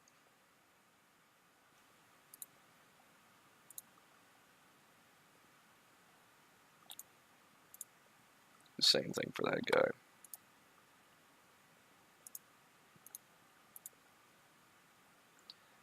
And for these as well, I'll bring them back just a tad bit.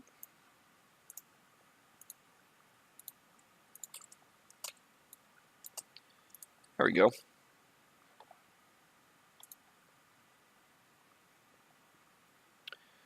All right. Let's move around. We're going to worry about that side later. We'll move around to this side. And this is going to be where the little balcony is.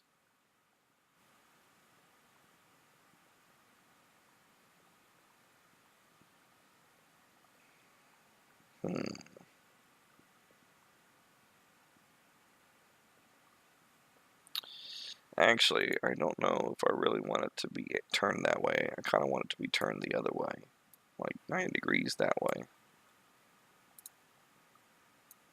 Turn it that way.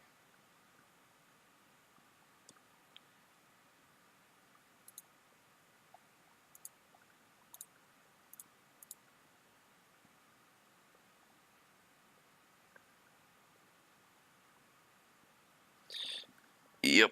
I hate to do that, but I really kind of like that the entrance comes in from the side, and then there's kind of the balcony right there.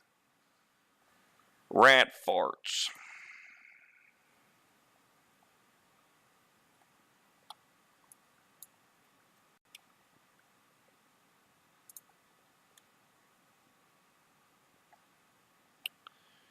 Oh well, we can deal with it, can't we? Alright, what do I need to do to make this work? I need to copy the X, so these two pieces are going to be flush with each other. I need to create a polygon here so I can seal this thing off. Same way for this one.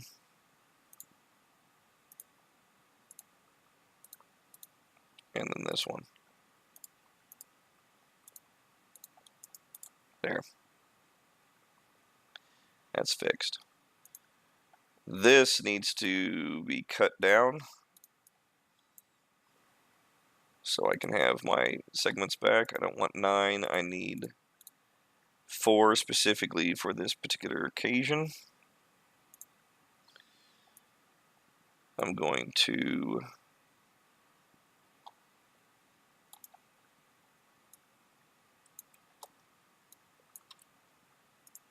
for firing out loud.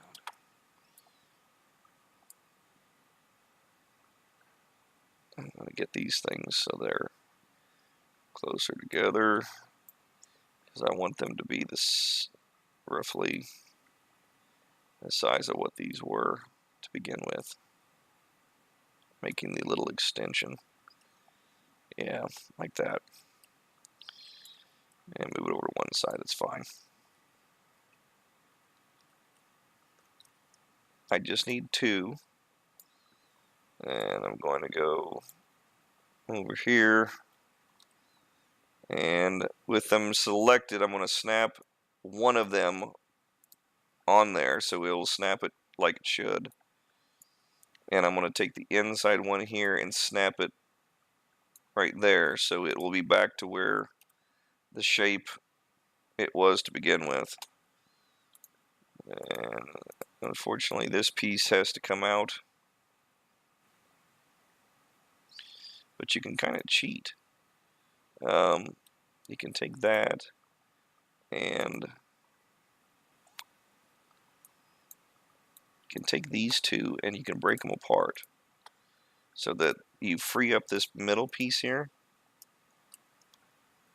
this middle piece, which looks like it's now just a flap. And you can go in here and grab this and take the Y axis and tell it to go underneath it exactly.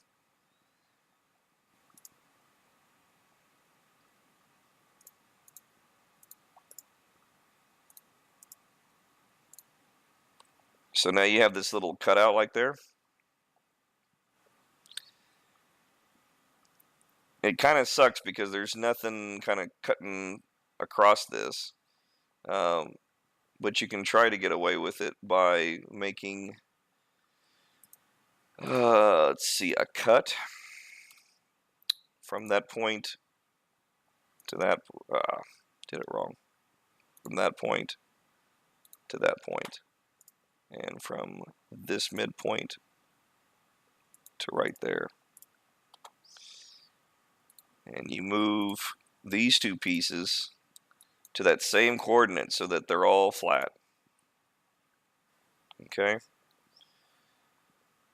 And then, now that you've got them set up like this,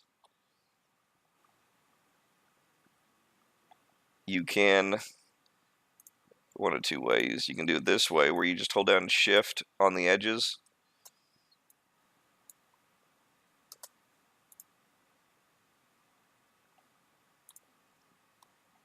And then weld some better vertices together and hope that they do it. Yep, they did. And now theoretically this, oops, that did not work quite the way I was hoping for. Let's weld some more vertices. Yeah, that was the problem. There's always a chance. Yeah, that's what I was looking for, is a border to show that that's the sealed hole, and you just cap it. Same way for this. You click it, and it's just that triangle, and you cap it. And now you've got it cut out for that staircase. And it'll fit right in there nice and clean.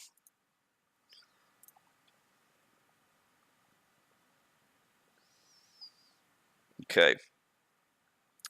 The house itself, I'm going to have to move it. Move it. I like to move it. And it's going to have to be all that and a bag of chips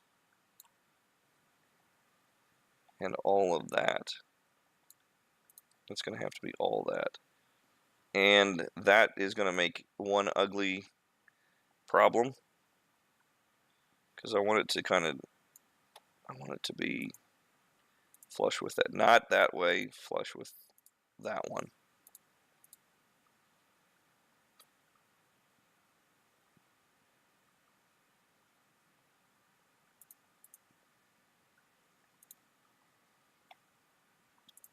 I need to fix these because we moved everything up, so now we changed the orientation of the house, so now we have to bring that back. But since they're all instants, it's fine.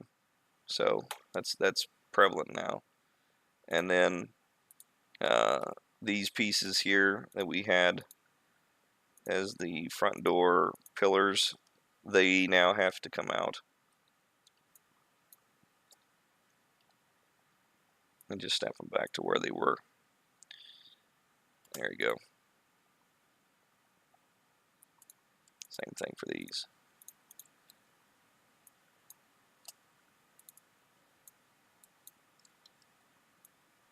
Okay. Alright, for the house, we really need to clean up the mess here. We've got, my gosh, I don't know why they picked this color. We've got this kind of a wonky area here, and we really need to clean this whole thing up so that they're nice triangles. So while we have a chance, let's recap these.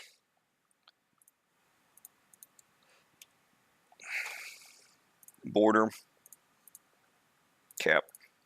And that way we don't have those crazy diagonals. And what we can do now is, because I want to have this part of the house there,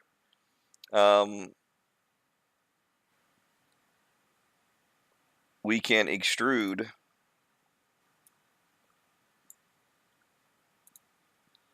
but it's separate. So we'll need to do the same thing where we grab these pieces here.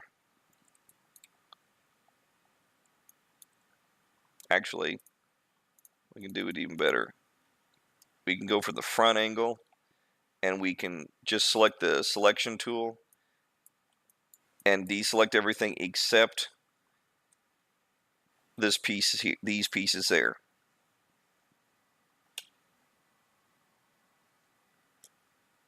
All right. And the reason is that we got a hole there. Now we can go in there very easily. We don't want the whole house. Oops. I don't want all that, but it's easier just to double click everything and then just deselect everything. At least it is to me. Probably not to everybody else. It actually turned out to be a disaster. Nice. Okay. Alright. So go in here, make sure that it's make sure your alt is down. And now I've got more selected than I should have. Where did I have selected? I don't. It just has a... Okay, there it is. There it goes. I'm going to hold down Shift and hold down the Z, and that makes a copy. And then just snap it on down so that you've got it set up there.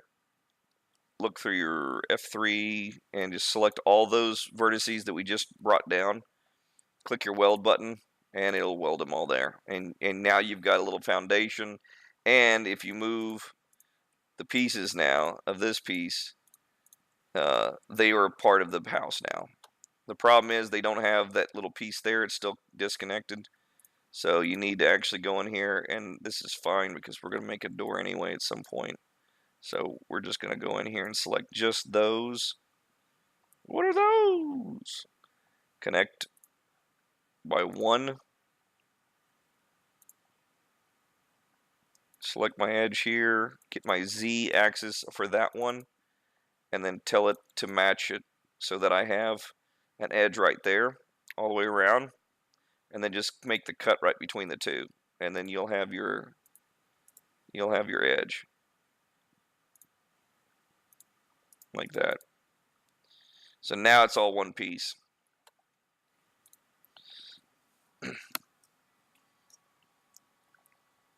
All right.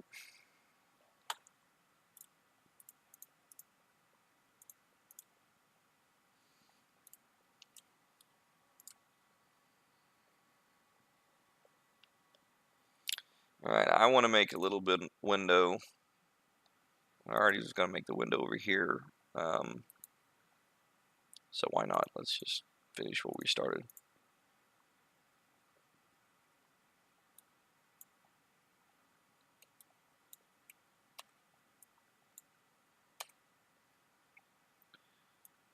And bring it up. I don't want it necessarily the whole height, but it seems like we might have to do that, which really sucks because we just formed this together, and if we needed to bring it up, we could have just deleted these pieces here, brought up these pieces to that, and then just weld the vertices, and that's probably would have been the smarter move. Something like that. And we got a little back house to it. And I want to make a little courtyard back here. This little section here is probably going to go. And it will be like that. But I don't want... I want it to be kind of like that, where it's a little courtyard in the back. Well, backyard. Put little vegetables and things like that, where she has her herb garden, things like that. A couple of rows. We'll leave that there for now. All right. That needs to go to the edge. That needs to go the edge and back again. Okay. We're going to eyeball this one.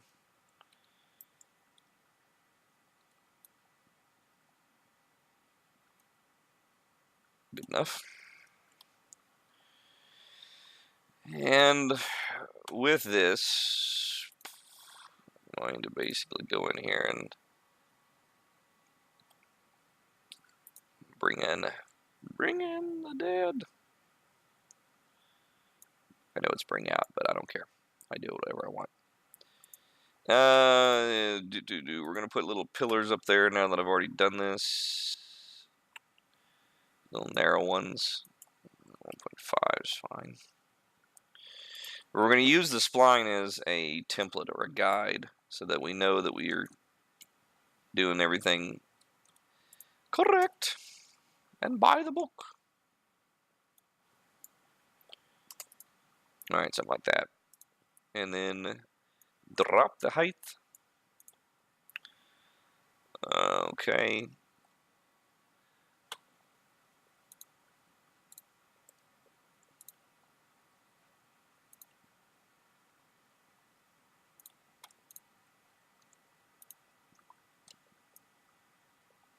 Rotate. Not an instance. I want the bottom to go there. And then shoop. Need an edit poly here so we can get this thing nice and flush. Right up against it. Like that. Oh yeah. Alright, alright, alright. Now I want to have some kind of a box here that goes across that's also in a sort of arc. And the way we're going to do this is we want a whole bunch of these so that we can make it into an arc. And then we need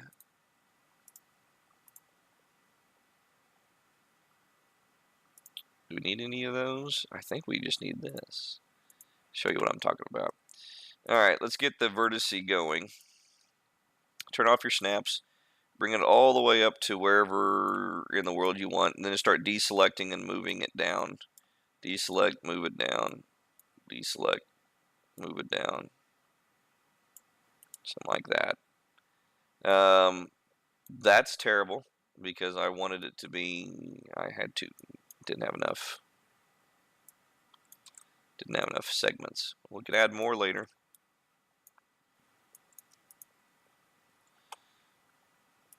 Crap.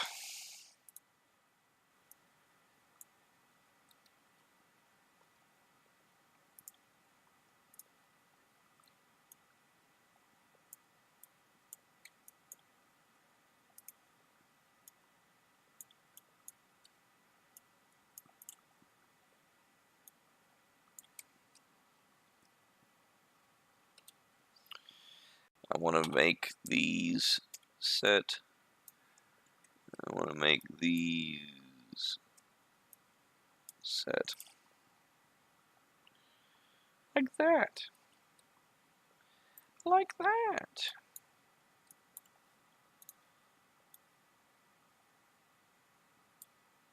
And use the arch as my guide.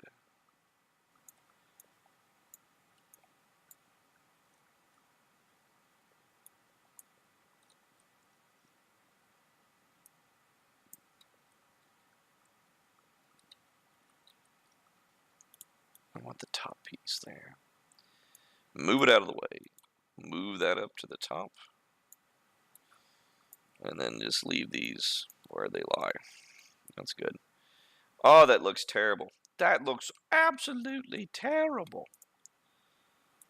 What is the deal here? Why do we have it so looking awful? The reason is because they're not aligned. They're not aligned. They need to be staying vertically. And I don't know why I was so poor into keeping these vertically. Oh, look at that. Look what happens when you do it the right way.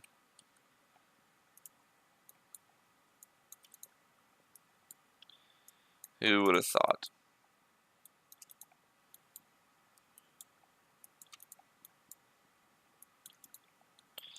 Well, there you go. That's it. All right. Well, that was delightful. I want segment here, want to bevel, and that should be good enough. Want my edges.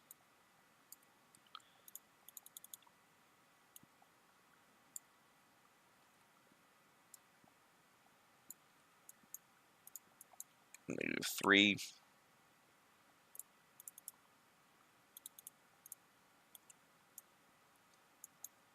-3. And that way I can come in here and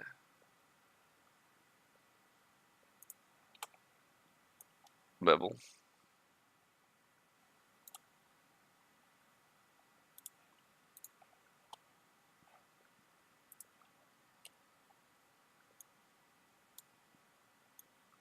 And there we go. And there we go. Sinister. Yeah. It's really primitive, and I'm still seeing a lot of work that needs to be done, but yeah, I'm sorry we didn't quite get all the way into this. We only got about an hour into it, but we should be okay. Once we get things rolling again on Wednesday, we'll be focusing just on this house and moving on to the next step of trying to get the details for the balcony so that fits to that. And basically, I want it to where this tower will slide down onto a support that's the balcony of the witch's house proper. We'll worry about this pillar. I'm still not liking that it's off like this. We'll see. We'll see if we can't come up with something, because I think we can move that in. I think we can move it in. Well,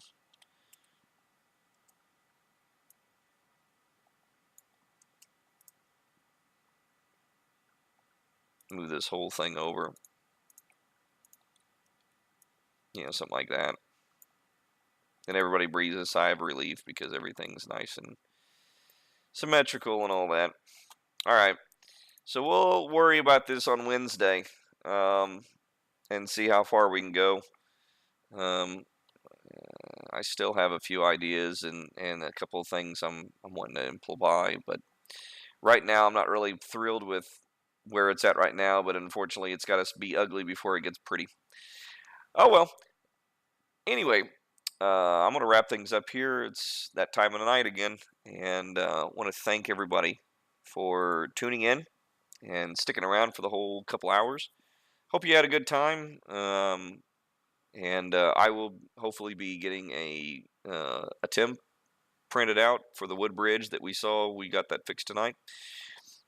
Hopefully it's looking good, and we can sign, seal, and deliver that one off. Add that to the collection, and really focus in on this one. Hopefully by next week, maybe this will be done. It's going to take a couple sessions. So until then, have a good evening.